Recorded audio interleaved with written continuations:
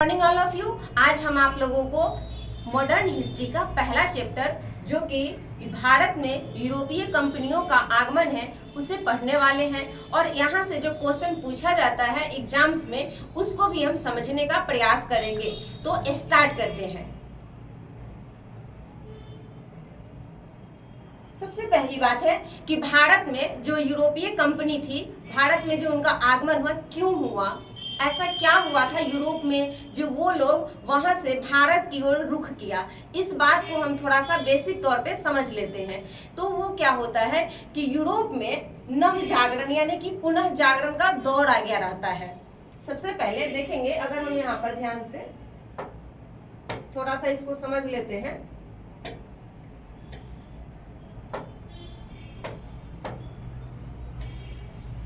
ये है यूरोप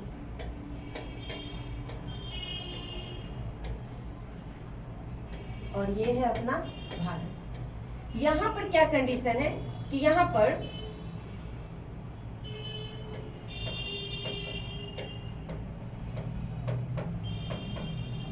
पुनर्जागरण का दौर आ गया। पुनर्जागरण का मतलब कि जो अंधकार युग था उससे लोगों के जो विचारधाराएं थे वो बाहर निकल चुकी थी। लोगों में नए नए विचारों का समावेश होने लगा था और उसी तरह से वो लोग नए नए जगहों के लिए यानी भौगोलिक खोजों का दौर उन लोगों में यूरोप के क्षेत्रों में स्टार्ट होता है। भौगोलिक खोजों के लिए लोग वहां से जागरूक होते हैं, जिसमें से सबसे प्रमुख देश दो निकल के आते हैं, जिसमें से एक आता है स्पेन और दूसरा आता है पुर्तगाली। ये दो प्रमुख देश यूरोप के रहे जो भौगोलिक खोजों में काफी ज्यादा योगदान देते हैं, यानी बढ़ चढ़ के हिस्सा लेते हैं। तो ये लोग अलग अलग क्षेत्रों से, अलग अलग रास्तों के माध्यम से अलग अलग भौगोलिक क्षेत्रों के खोजने के लिए अपना नाविक यानी कि नाव था, क्योंकि समुद्री मार्ग से जाना है तो नाव के सहायता से जाया करते थे।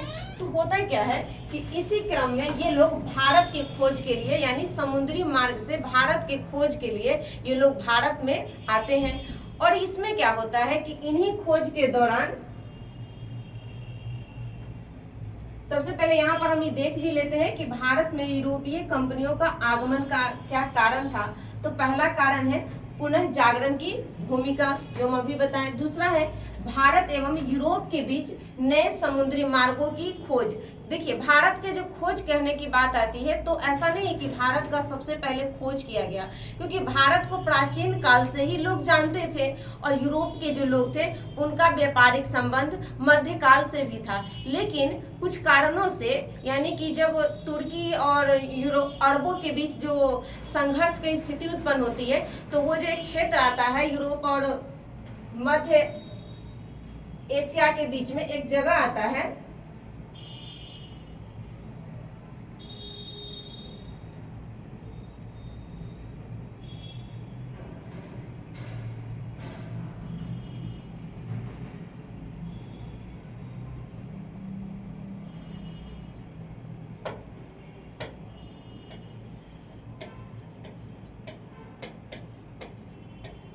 और ये है भारत जो कि एशिया में है।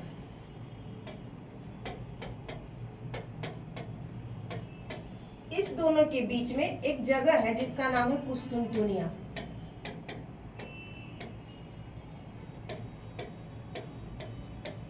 ये कुस्तुनतुनिया एक इस यूरोप को और एशिया के जो पूर्वी देश है उनसे कनेक्ट करने का काम करता है, यानी कि स्थल मार्ग से एशिया एक यूरोप से कनेक्ट था और व्यापारिक मार्ग जो होता था, व्यापार ये इसी मार्ग से हुआ करता था। लेकिन जब यहाँ पर अरबों का आधिपत्य हो जाता है कुस्तुनतुनिया मार्ग पर, तो यह मार्ग ध्वस्त कर दिया जाता है और यहाँ से ये लोग का व्यापार जो होता था वो अवरुद्ध हो जाता है।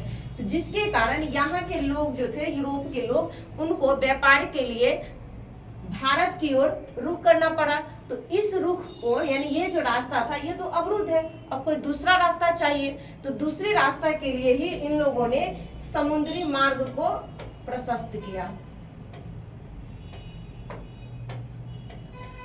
कौन से मार्ग को? तो समुद्री मार्ग से, क्योंकि स्थल का मार्ग तो अवरुद्ध हो गया। जैसे हम लोग भी कहीं जाते हैं तो एक रास्ता भूल जाते हैं या किसी कारणवश टूट जाता है तो कोई दूसरा रास्ता के बारे में खोजते हैं, सेकेंड ऑप्शन रखते हैं। इसीलिए इन लोगों ने भी सेकेंड ऑप्शन के तौर पे समुद्री मार्ग को खोजने का प्रयास करने लगा।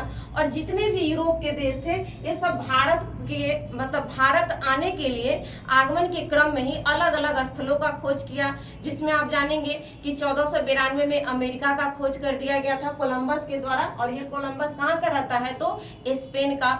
उसी तरह से पुर्तगाल के सबसे प्रथम व्यक्ति जो थे जिनका नाम था वास्को डी गामा।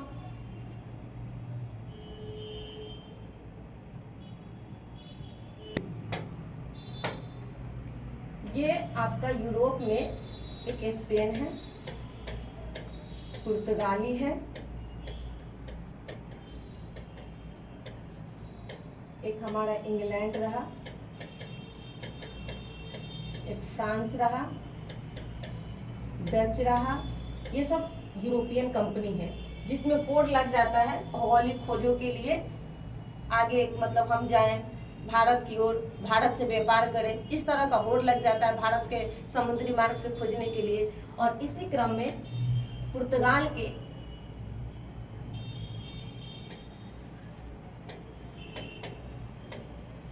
एक व्यक्ति था जिनका नाम था वास्को डी गामा।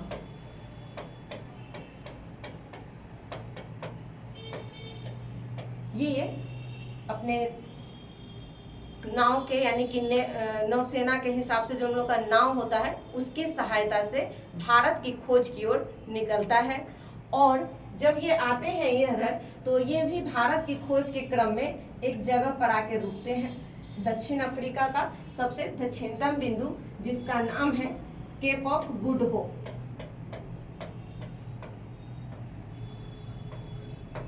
जिसे उत्तर आशा अंतरिक्ष के नाम से भी जानते हैं, जिसका खोज ये जो केप ऑफ गुड होप है इसका खोज 1487 में बार्थोलोमियो डियाज ने किया था।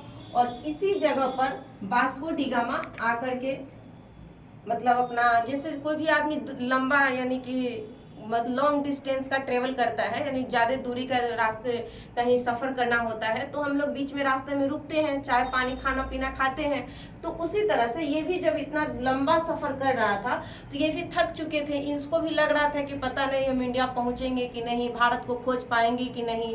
तो ये अपना आ करके ये भी अपना वेट कर यहाँ पर रुके खाना पीना के लिए। तो यहीं पर एक व्यक्ति से इनका मुलाकात होता है केप ऑफ गुड होप के जगह पे। तो वो व्यक्ति था कहाँ का? तो भारत के गुजरात के रहने वाले एक व्यापारी था जिसका नाम था अमीन, मतलब अमीन उसे कहा जाता है। कट कीजिए। तो ये जो गुजरात के व्यापारी थे जिनका नाम था अब्दुल मनिक, उनसे इनकी मुलाकात होती है और इन दोनों के बीच में जो गपशप होती है उसी गपशप में उन्हें वास्को डी गामा को यह पता चलता है कि ये जो अब्दुल मनिक है यह भारत के निवासी है। तो उनसे ही वो भारत पहुंचने का रास्ता पूछते हैं। तो ये बताते हैं कि आप सीधे चले जाइए। अगर आप भारत का मैप को थोड़ा सा ध्यान से देखिएगा, हम आपको थोड़ा बताते हैं यहाँ पे।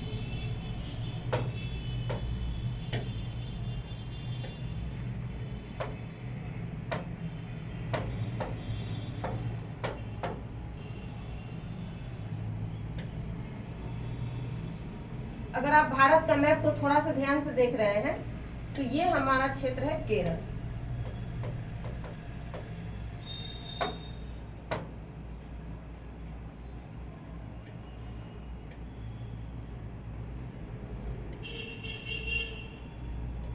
और ये दक्षिण अफ्रीका का क्षेत्र है जहां से इसको बताया जाता है कि आप सीधे जाइएगा तो भारत पहुंच जाइएगा। अब्दुल मनिक वास्को डी गामा को बताते हैं कि आप सीधे पहुंच जाइएगा, इधर से किसी भी तिरछा नहीं जाइएगा, सीधे जाइए अपना नाविक लेकर के। जब जो स्थल आएगा वो भारत का ही भूमि है। तो ये अपना आते हैं, खुश हो जाते हैं, मगन हो जाते हैं। इनको पता चल जाता है कि अब तो हम भारत पहुंच ही जाएंगे। मार लहरिया काट मारना स्टार्ट कर देते हैं। अब लहरिया काट में मारते हैं, इनको पहुंचना था यूरोप, ऐसा ना लहरिया काटी मारते हैं कि ये सीधे यहाँ के बदला एक बारी भारत के सबसे दक्षिणी बिंदु केरल राज्य जो है वहां पहुंच जाता है। इनको पहुंचना था सबसे पश्चिमी राज्य गुजरात, ये पहुंचते हैं सबसे पश्चिमी के दक्षिणी राज्य केरल में। अब यहाँ पर जब ये केरल में पहुंचते हैं तो ये केरल का तट को कहा जाता है मालाबार का तट, और जिस बंदरगाह पर ये उतरे थे उस बंदरगाह का नाम था कालीकट। क्या नाम था? कालीकट। और यहाँ का जो राजा था जमोरिन था, जिन्होंने इनका भव्य स्वागत किया। वैसे तो हम लोग जो भारतीय हैं सदैव से ही हमारी परंपरा रही है कि वसुधैव कुटुंबकम, हम लोग अतिथि देवो भव की परंपरा रही है, जिसके कारण ये एक अतिथि के रूप में आए थे तो इनका स्वागत भव्य किया गया। और इनको जब इनका स्वागत बहुत हुआ, ये बहुत खुश भी हुए सब तरह से। फिर उसके बाद ये भारत में जब आए तो भारत के जो मसाला था उनका मतलब खरीद बिक्री यानी व्यापार करने का काम स्टार्ट किए, जिसमें ये मसाला में गोल मिर्च उसको यहाँ से खरीद करके ये यूरोप लेकर जाते हैं। और जब वहाँ लेकर गए तो उसको वह व्यापार को मतलब अपने जो लेकर के आए थे उसको बेचने का काम जब वहाँ करते हैं तो उनको लगभग 60 गुना ज़्यादा लाभ होता है, यानी कि प्रॉफिट होता है। 60 गुना प्रॉफिट होता है। लोगों को यूरोप के जो अलग अलग कंट्री थे उसको बताने का काम किया यूरोप के वासियों को कि यहाँ से जो हम सामान खरीद के ले गए हैं यहाँ यूरोप में बेचने पर मुझे बहुत ज़्यादा बेनिफिट हुआ है। तो वहाँ के जो लोग थे उन लोगों में भी यह उत्सुकता होने लगी कि हम भी जाकर के भारत में अपना व्यापार करें, भारत से सामान खरीद कर यूरोप में बेचें। और इसी क्रम में यह यूरोपीय कंपनियों का भारत में जो आने का क्रम होता है वह स्टार्ट हो जाता है। आज हम उसी स्टार्टिंग को पढ़ेंगे और एक एक पॉइंट को भी जानेंगे कि कैसे ये वास्को डी गामा आए, क्या क्या किए और पुर्तगालियों का आगमन में कहाँ पर अपनी फैक्ट्री लगाएं, इन सभी चीज़ों को एक एक करके हम समझेंगे।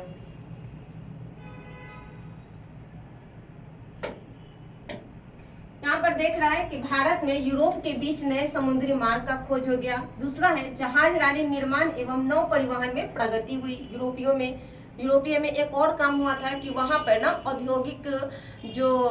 औद्योगिक क्रांति था वो वहाँ पर उत्पन्न हो चुका था, यानी कि औद्योगिक क्रांति का लहर यूरोप के कंट्रियों में चल दिया था, जिसके कारण वहाँ के जो कच्चा माल था यूरोप के फैक्ट्रियों के लिए उसके लिए भी एक बाजार चाहिए, एक जगह चाहिए जहाँ से वो कच्चा माल ला सके, और एक बाजार भी होना चाहिए जहाँ पर वो अपने बनाए हुए निर्मित वस्तुओं को वो बेच सके। तो इसके लिए भी वो अपने अलग अलग से जो कंट्री थे भौगोलिक वो उनके लिए इम्पोर्टेंट रहा, तो वो भी हम देखेंगे। उस दुनिया पर तुर्कों का आधिपत्य, यूरोप एवं एशिया के व्यापार पर वेनिस एवं जेनेवा के व्यापारियों का अधिकार हो गया, ये भी है। एशिया का अधिकांश व्यापार अरब वासियों के हाथों में एवं भूमध्य सागर और यूरोपीय व्यापार इटली वालों के हाथों में था। भारत से व्यापार द्वारा अधिक धन कमाने की लालसा, ये भी एक बात था कि उन लोग चाहते थे कि हम डायरेक्ट व्यापार भारत से करें। बीच में जो मीडिएटर का काम अरबवासी करते थे, क्योंकि अरबवासी भारत से सामान खरीदते थे और ये फिर यूरोप को बेचता था, तो यूरोप वासियों को ज़्यादा महंगी पड़ती थी सामान, तो इसीलिए ये लोग चाहते थे कि हम डायरेक्ट भारत से खरीदेंगे तो हमको सस्ता मिले, तो ये भी एक रहा।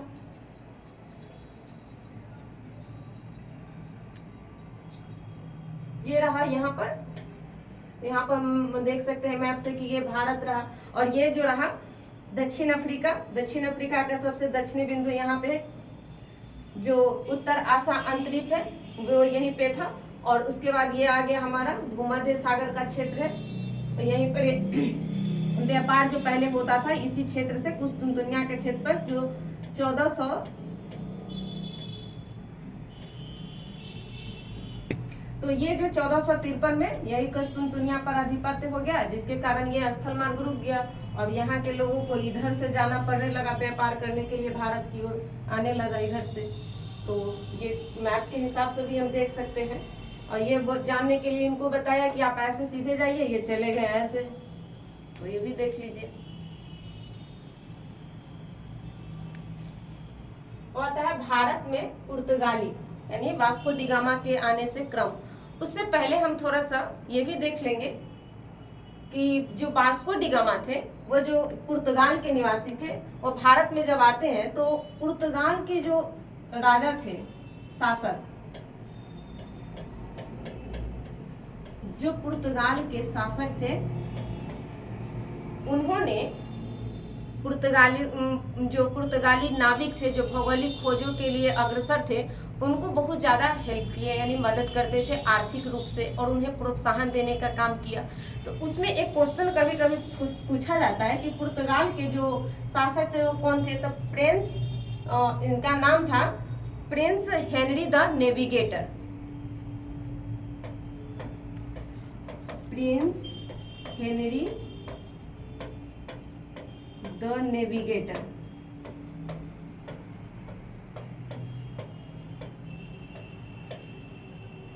इन्होंने अपने देश के वासियों को जो भौगोलिक खोजों में उत्सुक थे उनको आर्थिक रूप से काफी ज्यादा हेल्प करते थे और उनको बढ़ावा देने का प्रयास करते थे। अब आते हैं वास्को डी गामा भारत कब आए। तो 1498 में सबसे पहले ये भारत के मालाबार तट कालीकट बंदरगाह पर ये पहुंचे थे और इनके बाद ये जो वास्को डी गामा था ये भारत में ना 3 बार आते हैं। कई बार ये क्वेश्चन पूछा गया कि वास्को डी गामा भारत में कई बार आते हैं, मतलब कितने बार उनका आने का क्रम था। तो सबसे पहले तो ये है कि 1498 में वो आते हैं, उसके बाद दूसरी बार जब वो आते हैं 1502 में आते हैं और तीसरा बार जब आता है 1524 में। और जब ये 1524 में आते हैं तो भारत के क्षेत्रों में ही इनकी मृत्यु हो जाती है और इन्हें दफनाया गया है कोच्चि में। तो ये वास्को डी गामा का जो आने का क्रम है 3 बार, एक 1498, दूसरा 1502, तीसरा 1524। अब आते हैं एक है कि कालीकट हिंदू शासक जमोरिन थे जिन्होंने उनका भव्य स्वागत किया। पेड्रो अल्बरेज केब्रन भारत पहुंचने वाले दूसरा पुर्तगाली थे जो 15 ईस्वी में है। देखिए हम लोग तो पहले को याद रखते हैं लेकिन दूसरा को अक्सर भूल जाते हैं, लेकिन याद रखेंगे जब कभी क्वेश्चन यहाँ से पूछ जाता है तो हम लोग वहां पर गलती कर जाते हैं, टिक नहीं कर पाते हैं। तो ये दूसरा जो पुर्तगाली भारत में आने वाले थे उनका नाम था पेड्रो अल्बरेज केब्रन जो 1500 ईस्वी में भारत पहुंचते हैं। वास्को डी गामा 1502 में दूसरा बार आए, वही बात यहाँ लिखा गया है। उसके बाद 1503 में कोचीन। अब आते हैं कि वास्को डी गामा के बाद जब भारत में जो वास्को डी गामा थे वो जब आते हैं उसके बाद पुर्तगालियों का, उसके बाद अलग अलग देशों का आने का क्रम शुरू हो जाता है। लेकिन जब पुर्तगालियों ने आया भारत में तो इन्होंने अपनी पहली फैक्ट्री यानी पहली कोठी, देखिए एक और बात आता है, फैक्ट्री जब यूरोपियों ने भारत में लगाया ही तो फिर भारत गुलाम कैसे हो गया, भारत की आर्थिक तंगी कैसे हो गई, ये बात कहीं नहीं कोई बताता है। सब कहता है कि भारत यूरोपीय आया भारत में कोठी यानी फैक्ट्री स्थापित कर दिया। फैक्ट्री का मतलब तो उत्पादन होता है, वहां पर अगर फैक्ट्री कहीं लगेगा तो लोगों को रोजगार मिलेगा, हमारी आर्थिक जो स्थिति है वो अच्छी होगी। लेकिन हमारी आर्थिक स्थिति इनके कोठी स्थापित करने से खराब क्यों होने लगी, इसके पीछे एक कारण है। ये फैक्ट्री का मतलब यहाँ पर ये लोग किसी वस्तु का निर्माण नहीं करते थे, उत्पादन की संख्या यानी किसी प्रकार का मैन्युफैक्चरिंग का काम नहीं कर रहे थे। ये क्या करते थे, यहाँ अपना एक नियंत्रण केंद्र स्थापित करते थे और यहीं पर से वो भारत के अलग अलग क्षेत्रों से यानी जिन क्षेत्रों में वो अपनी कोठी स्थापित करते थे यानी अपना केंद्र स्थापित करते थे वहां से वो भारत के क्षेत्रों से व्यापार करने लगते थे। और ये इन लोगों का एक प्रमुख स्थान होता था जहां पर से वो सारी चीजों का अवलोकन कर सके यानी कि सभी चीजों को समझ सके। वो एक अस्थाई वो अपना जगह रखना चाहते थे, केंद्र रखते थे। तो वही फैक्ट्री जो हमको कहने लगते हैं कि वो फैक्ट्री है। अब आगे आता है एक और बात सुनते हुएगा, बचपन में हम भी सुने हैं कि कोठी। हम लोग बचपन में जब छोटे थे ना तो दादी लोग बोलती थी ना कि चचा के बेटा कोठी में काम करे छे दिल्ली में, तो हम लोग समझ ही नहीं पाते थे कि कोठी का मतलब कि हम लोग को लगता था ना गांव में जो कोठी होता है चावल डालने वाला, मिट्टी का होता था, अब तो टीन का आ गया है, तो हमको लगता था उसमें क्या काम करता होगा आदमी, उसमें कौन सा काम होगा। तो बाद में पता चला कि कोठी का मतलब होता है कि किसी मालिक के अंदर उसके घर के अंदर का काम करना मतलब कोठी। तो ये भी बात आप लोग भी क्लियर कर लीजिए कि यहाँ का कोठी का मतलब मैन्युफैक्चरिंग का फैक्ट्री वाला नहीं था, इन लोगों का एक वही मतलब उन लोगों का एक अस्थाई जगह था जहाँ वो लोग रहते थे। अब आता है कि सबसे पहले पुर्तगालियों ने अपनी फैक्ट्री जो लगाया वह कहाँ लगाया, तो कोच्चि में लगाता है। कब लगाता है, तो 1503 में पहली फैक्ट्री पुर्तगालियों के द्वारा केरल के कोची में लगाया गया। और उसके बाद क्या होता है कि सबसे पहला कि ये कोचीन में पहले जो सबसे पहला होगा कि पुर्तगालियों का जो सबसे पहले गवर्नर था वो कौन था, जो भारत में आया और जो भारत के क्षेत्रों पे पुर्तगालियों का नियंत्रण था, उसको वहाँ के प्रशासनिक व्यवस्था को संचालन करना, व्यापार को देखना, वहाँ क्या विधि व्यवस्था है, उन सारे चीज़ों को अच्छे से अरेंज करना, इन सारे चीज़ों को देख रेख करने के लिए पुर्तगाल के जो राजा थे प्रिंस द नेविगेटर, उन्होंने अपने एक व्यक्ति को भेजे जिसे गवर्नर यहाँ कहा जाएगा, यानी कि पुर्तगाली गवर्नर बन के जो आया, उस व्यक्ति का पहला जो व्यक्ति था उसका नाम था फ्रांसिस डी अल्मेडा। यह पहला पुर्तगाली था जो भारत में आया गवर्नर बन करके। तो याद रखेंगे कि पहला गवर्नर पुर्तगाली कौन था, फ्रांसिस डी अल्मेडा। और इन्होंने, इसका जो शासन काल पूछा जाता है, यह लगभग 1509 तक ले रहते हैं, यानी 1503 से 1509 तक ले यह भारत में गवर्नर बन के रहते हैं पुर्तगालियों के। और इनके प्रशासन, इनके कार्यकाल में कई सारे काम किए गए हैं, जहां से क्वेश्चन पूछा जाता है वो भी हम देखेंगे। सबसे पहले है कि 1509 ईस्वी में मिस्र, तुर्की व गुजरात की संयुक्त सेना को पराजित कर दीव पर इन्होंने अधिकार कर लेता है। ठीक है, ये इनके ही शासन काल में होता है, फ्रांसिस डी अल्मेडा के काल में। फ्रांसिस डी अल्मेडा के जो एक पॉलिसी थी, वो पॉलिसी का नाम था ब्लू वाटर पॉलिसी, यानी कि अब अगर इसको थोड़ा सा यहाँ पर हम देखेंगे तो ये क्या है, ये जो भारत का इधर देखेंगे पश्चिमी क्षेत्र है, तो अरब सागर है, इधर हिंद महासागर और इधर बंगाल की खाड़ी है, यानी कि भारत के जो सीमा है, दक्षिणी सीमा के क्षेत्र, वो समुद्र से कनेक्ट है। तो होता क्या था कि इधर से जो भी दूसरे देश, यानी यूरोप के जो अलग अलग कंट्री थे, वो जो व्यापार करने यहाँ आते थे, तो उनके लिए जहाज जो था सामान का, वो बेड़ा इधर से ही जाता था। तो इसने एक पॉलिसी लाया कि ब्लू वाटर पॉलिसी, जिसमें ये बताया गया कि अगर आपको अपना जहाज या सामान, जहाज का बेड़ा अगर इधर से आप क्रॉस कराइएगा, इधर से लेकर जाइएगा, तो मेरे से इजाजत लेना पड़ेगा। उसके लिए एक टैक्स लगा दिया गया कि मुझे वो शुल्क रखेगा, मतलब एक शुल्क था, जिस शुल्क को आपको देना पड़ेगा, उसके बाद ही आप यहाँ इधर से लेकर जा सकते हैं। तो ये एक इधर से इनका एक नीति रहा, ब्लू वाटर पॉलिसी।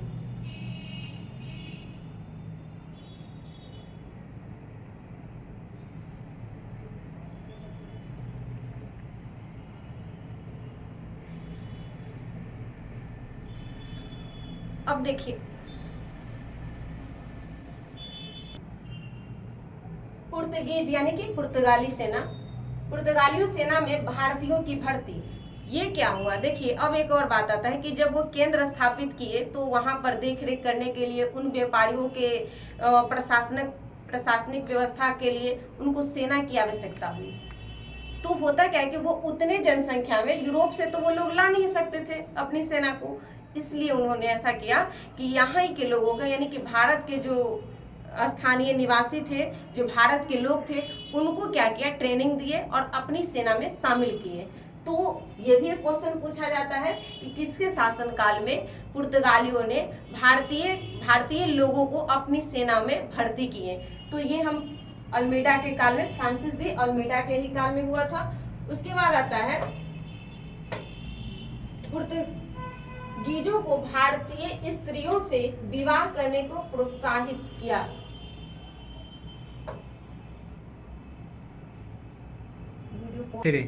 ये रहा इनके काल में एक ब्लू वाटर पॉलिसी रहा, जो शांत जल की नीति जिसे कहते हैं। अभी हम बताएं आपको, यह हिंद, यानी कि यह पॉलिसी हिंद महासागर के व्यापार पर पुर्तगीज नियंत्रण स्थापित करने के लिए अल्मेडा ने शुरू किया था, यानी कि वो अपने नियंत्रण को स्थापित करना चाहता था हिंद महासागर के क्षेत्रों में, जिसके कारण इन्होंने इस नीति को लागू किया।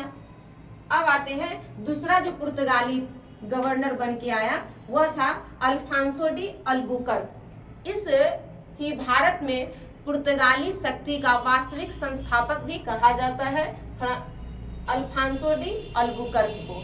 अब इनका जो नीति था, वैवाहिक नीति था। इन्होंने आते ही एक नीति अपनाया, वैवाहिक नीति। उसके काल में तो सेना भर्ती। इसने क्या किया, इसने कहा कि अब ना जो पुर्तगाली मतलब मेल है यानी कि पुरुष है, वह भारत के स्त्रियों से, लड़कियों से विवाह करने के लिए प्रोत्साहित किया पुर्तगाली पुरुषों को, और यही नीति कहलाता है वैवाहिक नीति। तो इनका एक नीति से कभी कभी क्वेश्चन पूछा जाता है, इसलिए ध्यान रखेंगे कि इसका नीति था वैवाहिक नीति, जिसमें पुर्तगाली पुरुष भारतीय स्त्रियों के साथ विवाह करने का इनका पॉलिसी रहा। अगला आता है भारत में पुर्तगीज शक्ति का वास्तविक संस्थापक इसे माना जाता है। अब आता है कि इनके ही शासनकाल में अल्फांसो डी अल्बुकर्क के ही काल में 1510 में गोवा को बीजापुर के जो शासक थे जिनका नाम था आदिल शाह, उसे जीत लिया जाता है। देखिए आप लोग जानते हुए कि जो दक्षिण भारत का जो शासन काल था, उस समय जो राजा थे, जब विजयनगर बहमनी वगैरह थे, तो वो उस समय बहुत शक्तिशाली थे, लेकिन बाद में चल करके जब कृष्णदेवराय के शासन का पतन होता है, उसके बाद धीरे धीरे जो उनके उत्तराधिकारी आते हैं, तो वो दक्षिण का प्रभाव काफी ढीला हो जाता है, यानी कि उस क्षेत्र में अब कोई शक्तिशाली राजा नहीं रहते हैं, जिसके कारण वह क्षेत्र उतना ज्यादा मजबूत राजाओं के हाथों में नहीं होने के कारण क्या होता है कि उन क्षेत्रों में जो यूरोपीय कंपनी आए, तो वो अपना प्रभाव उस क्षेत्र में आसानी से स्थापित करने में सफल रहे, जिसके कारण यहाँ बीजापुर के जो शासक थे मोहम्मद आदिल शाह, इनसे ये गोवा जीत लेते हैं। कौन? तो अल्फांसो डी अल्बुकर्क 1510 ईस्वी में।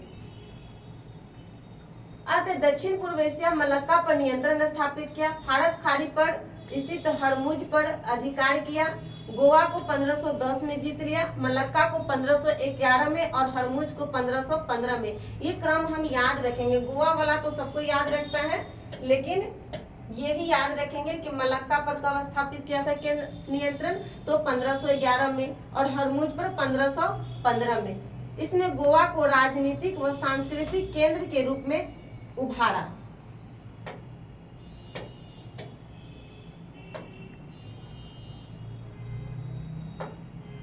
देखिए ये जो काम किया ये नीनो डी कुन्हा ने किया था, क्योंकि अल्मीडा के काल में अल्बुकर्क के काल में क्या होता है कि गोवा को जीत लिया जाता है, लेकिन इसको अपनी मुख्य मतलब जो काम किया वह था नीनो डी कुन्हा ने किया, गोवा को अपना मुख्यालय बनाया पुर्तगालियों का। अब आता है कि गोवा को पुर्तगीज राज्य की औपचारिक राजधानी भी बनाई, वही बात है।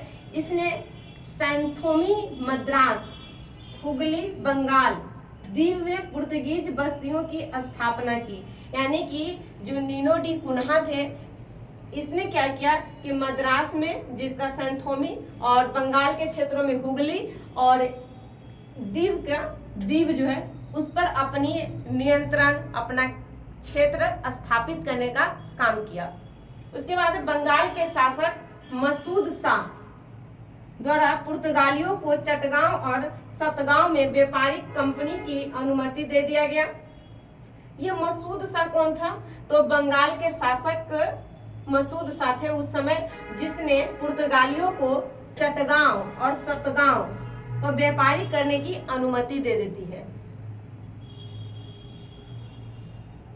अगला आता है कि अकबर की अनुमति से हुगली में कंपनी स्थापित होता है। हुगली के क्षेत्रों में अकबर के नियंत्रण, अकबर के ही अनुमति से पुर्तगाली कंपनी स्थापित की जाती है।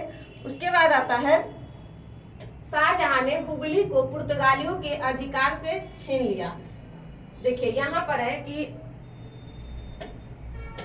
यहाँ पर कह रहा है कि हुगली के क्षेत्रों में जो पुर्तगालियों की फैक्ट्री स्थापित हुई, किसकी अनुमति से? तो अकबर की अनुमति से, लेकिन वहां पर नियंत्रण यानी कि समाप्त कर दिया, यहाँ के अधिकार को छीन लिया। किसने? तो शाहजहां ने। अब आते हैं, इन्होंने पश्चिमी तट पर सालसेट, दमन और बंबई तथा पूर्वी तट पर मद्रास में सैन्थोम और बंगाल में हुगली में भी बस्तियां स्थापित की। ये पुर्तगालियों का है जो अपना बस्ती यानी कि वो अपना क्षेत्र स्थापित करता है, नियंत्रण क्षेत्र स्थापित करता है। उसके बारे में है कि दमन, बंबई, पूर्वी तट, मद्रास आदि क्षेत्रों में इन्होंने अपना बस्तियां स्थापित की। 16वीं शताब्दी के अंत तक भारत में पुर्तगाली शक्ति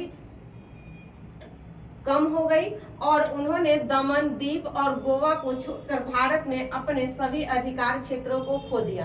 देखिए, अब हम देख लेते हैं थोड़ा सा कि यूरोपीय कंपनियों का आगमन, ये थोड़ा सा यहाँ से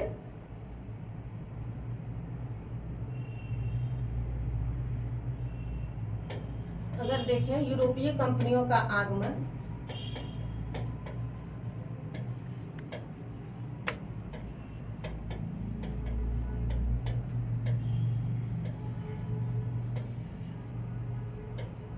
सबसे पहले पुर्तगाली आए,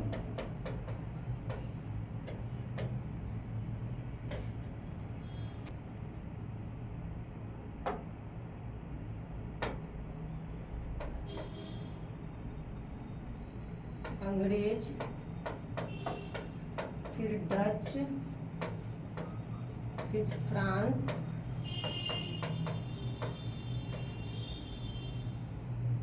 फिर डेनिस,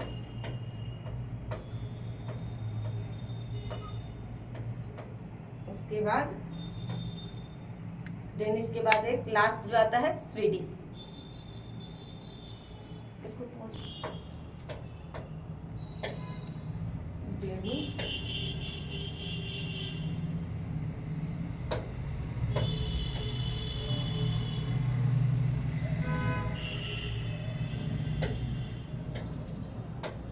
फ्रांस, उसके बाद स्वीडन,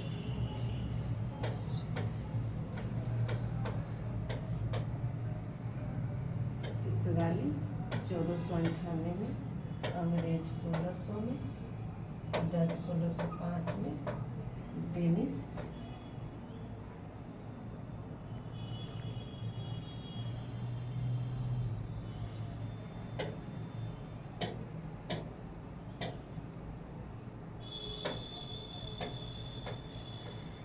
1605 में, डेनिस 1616 में, फ्रांस 1664 में, स्वीडिश 1732 में।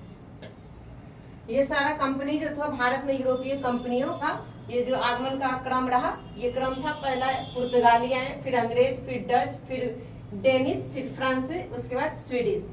इसे हम एक और तौर पर याद रख सकते हैं शॉर्ट में, PEDBEFS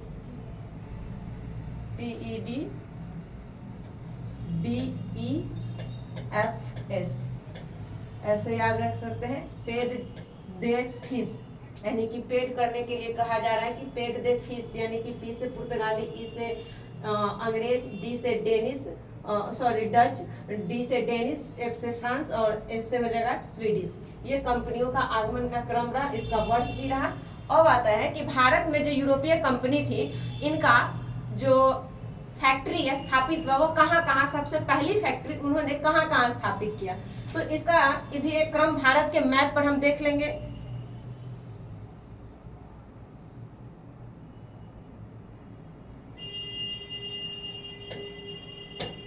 पहले क्रम को देख लेते हैं।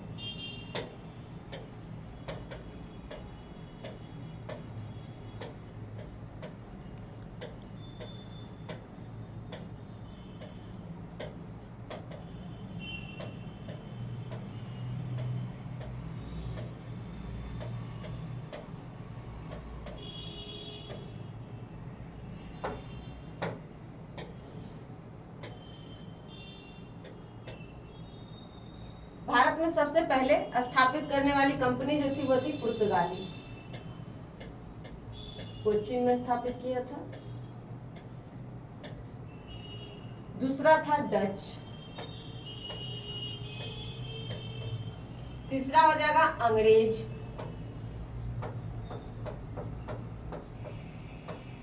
उसके बाद हो जाएगा डेनिस,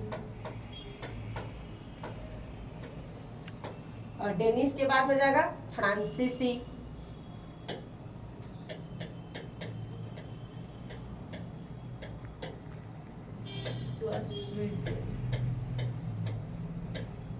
ये भारत में फैक्ट्री स्थापित किया था यूरोपीय कंपनियों का, जो उसका क्रम रहा।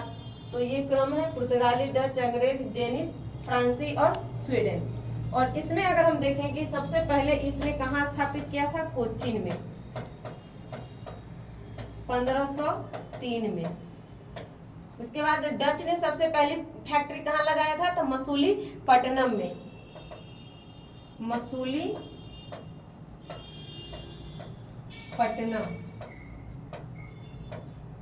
1605 में। दूसरा आता है कि अंग्रेजों ने अपनी पहली फैक्ट्री कहाँ लगाई? जब हम अंग्रेज का थे ना कि थोड़ा सा पहली फैक्ट्री स्थापित करने के क्रम में उनका एक कॉम्प्लिकेटेड चीज हो जाता है, तो उसको जब हम अंग्रेज पढ़ेंगे उस समय समझ लेंगे। अभी हम देखते हैं कि कहाँ इसने पहली फैक्ट्री लगाई थी, तो सूरत में ही। उसके बाद आता है डेनिस। डेनिस ने अपनी पहली फैक्ट्री कहाँ लगाई थी? तो त्रावणकोट में। त्रावणकोट, ये केरल का क्षेत्र, त्रावणकोट में। उसके बाद आता है फ्रांसीसी ने भी सूरत में ही। उसके बाद आता है स्वीडिश। स्वीडिश जो था यह अपना केंद्र भारत से ले जाकर चीन में लेकर चला जाता है। ये अपनी कोठी को यहाँ से भारत के क्षेत्रों में ज्यादा देर तक नहीं रह पाता, ये चीन में अपना केंद्र स्थापित कर लेता है। तो इन सभी को हम एक मैप पर भी समझ सकते हैं कि कहाँ कहाँ है, थोड़ा सा उसको भी देख लेते हैं।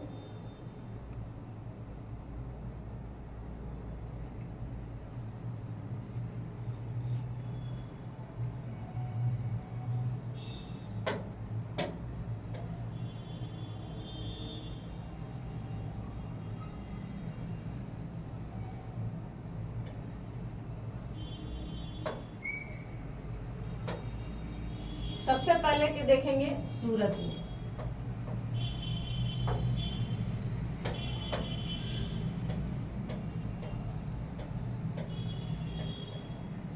इसके बाद यहाँ कोच्चि।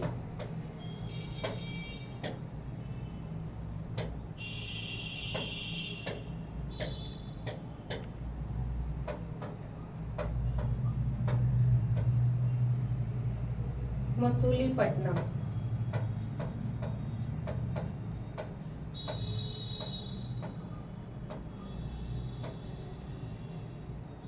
उसके बाद आता है त्रावणकोट।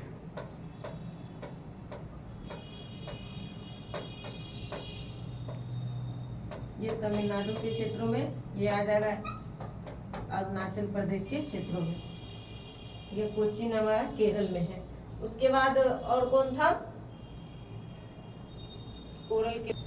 ये तो बता ही दिए कि सूरत में 11 में अंग्रेजों के द्वारा, फ्रांसीसियों के द्वारा 1664 में, सॉरी 68 में। ये रहा कोचीन में 1503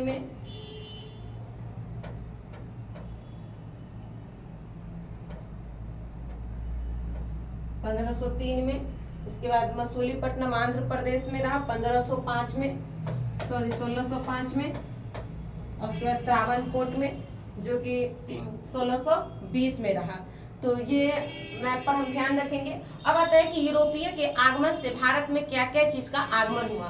तो इसमें आता है कई चीजों के बारे में बताया जाता है कि यूरोपीय के आगमन से भारत, सॉरी ये पुर्तगालियों के आगमन से भारत के क्षेत्रों में क्या क्या चीजों का आगमन हुआ, नए चीजों का मतलब कौन से चीज ऐसे नए थे जिसका प्रवेश हुआ भारत के क्षेत्रों में। सबसे पहले कुछ एक प्रिंटिंग प्रेस आता है जो यूरोपियों की देन है भारत के क्षेत्रों में। तो प्रिंटिंग प्रेस रहा एक। दूसरा आता है इसमें फल फूल भी है, जिसमें अनानास, पपीता, एक कल्चर था जिससे जहाज निर्माण की व्यवस्था भारत में जो आई वो पुर्तगालियों के ही देन रही। उसके बाद आता है कि पुर्तगालियों के देन में प्रिंटिंग प्रेस जो 1556 में सबसे पहले गोवा में स्थापित किया गया था। यहाँ से क्वेश्चन पूछा जाता है, याद रखेंगे। उसके बाद आता है आलू, पपीता, अनानास, इन सभी चीजों का भारत में जो उत्पादन हुआ वो उन लोगों के ही आगमन से हुआ। उसके बाद आता है एक स्थापत्य कला से जुड़ा था जिसका नाम था गोथिक कला। इसका भी प्रवेश भारत के क्षेत्रों में हुआ, गोथिक कला का। और फिर आगे चल करके जो 1661 में पुर्तगाल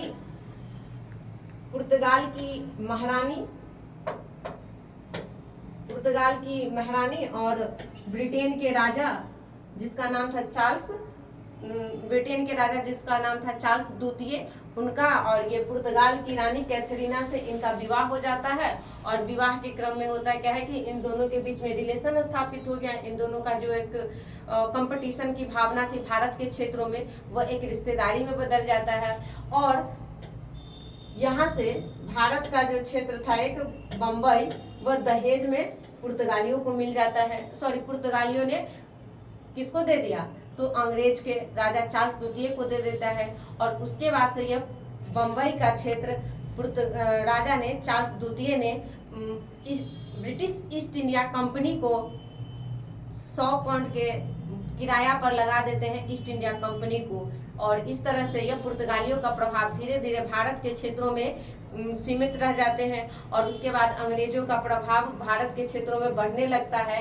और इस तरह से हम पुर्तगालियों के जो क्षेत्र थे, जिसमें आप आगे चल कर पढ़ेंगे कि गोवा जो था वो भारत में सबसे पहले आने वाली कंपनी पुर्तगाली, सबसे बाद में जाने वाली कंपनी भारत से रहा गोवा, और पुर्तगाली रहा। और गोवा पर जो नियंत्रण, यानी कि गोवा के क्षेत्रों से जो गोवा पर से जो नियंत्रण पुर्तगालियों का समाप्त होता है, वह 1961 में खत्म होता है। और इस तरह से भारत पुर्तगालियों से स्वतंत्र हो जाता है। और इस तरह के आगे की वीडियो के लिए पार्ट 2 लाया जाएगा, जिसमें अन्य यूरोपीय कंपनियों के आने से भारत के क्षेत्रों में क्या प्रभाव रहा, उसे हम जानेंगे।